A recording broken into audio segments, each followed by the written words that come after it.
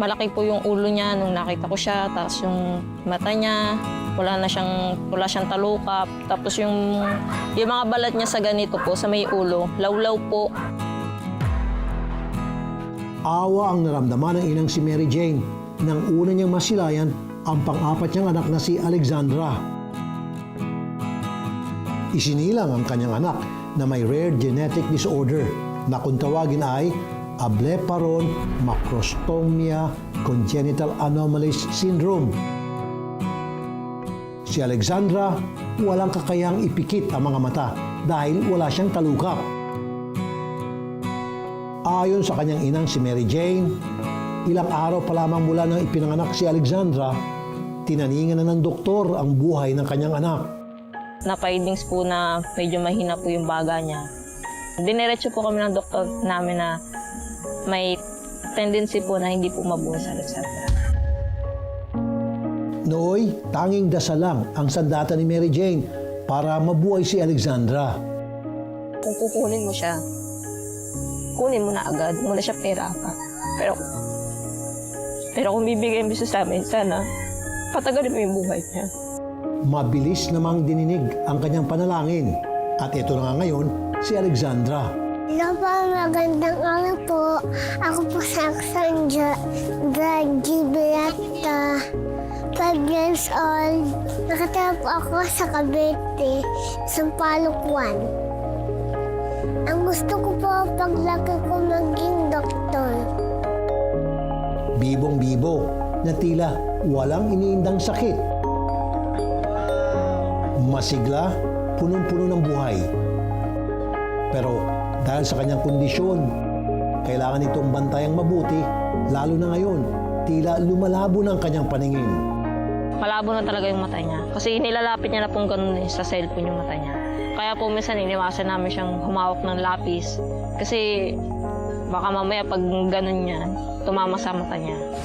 Lagyan natin yung pang-tagay mo sa pagtakad sa mata mo. Buso ka. Para di ka masilang. Kailangan din protektahan ang mga mata ni Alexandra maging sa pagligo.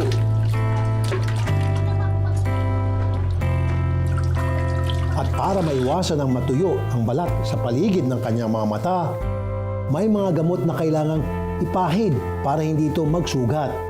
Yung erythromycin po, yun po ay 2 days po namin nagagamit. Maliit lang po siya. Tapos po yung Habiak po is 1 week po namin siyang ginagamit.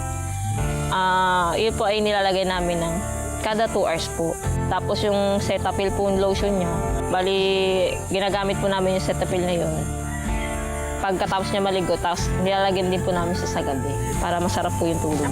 Ang gamot na mga ito ang higit na kailangan ngayon ni Alexandra para guminhawa ang kanyang pakiramdam. Mabigat itong pasanin lalo na sa isang ina na ang tanging kabuhayan ay mag-repack ng uling. Ang ama naman ni Alexandra, tuluyan na silang iniwan mula nang ipinanganak ang bata. Hindi na po siya bumalik. Hindi na po siya nagpakita sa amin. Simula po noon. Kaya po, halos, pagka yung nagkakasakit yung bata, misa po kasi nagkakaroon siya ng mga rashes. Karoon siya ng rashes sa ulo, sa buong katawan. Yun, hindi ko po alam kung saan nakukuha ng pambili ng mga gamot niya. Hindi ko alam kung anong gamot ang pwedeng sa kanya. Wala pong katok ko din, nanay ko lang po. Ang nandoon. Halos lahat ng pagsubok, nanay ko po ang nandoon. Saka siyempre si God. Simula noon, ang nanay na lamang ni Mary Jane ang naging katuwang niya sa pag-aalaga kay Alexandra. Kahit ako'y napapagod, basta po yan, hanap ko talaga yung batang yan. Mahal ko yung batang yan. Kasi nung namatay po yung lolo niya, na talagang pinagbili niya na huwag pabayaan yung batang yan. Dalangin ng lola ni Alexandra, maoperahan ng bata para maiwasan siyang tuksuhin ng mga kapwa niya bata. Kung pwede, operahan yung talagang maano ng bata. Kasi gawa nga po na yung bubulihin po siya sa eskwelahan eh.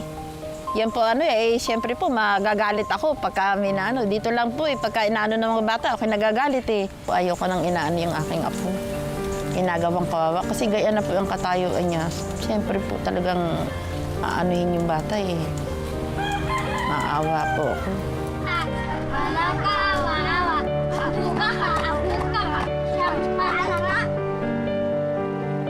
Bali po yung mga ibang bata po, pag may mga dumadaan dito mga bata, tinatawag po siyang monster. Yun po, tinatawag siyang monster. Wala, monster, ginaganon po siya. Ang sakit sa pakiramdam na yung anak mo ginaganon-ganon ng mga ibang bata Kaya sabi ko nga, darating din yung araw na magiging isang normal din siyang bata.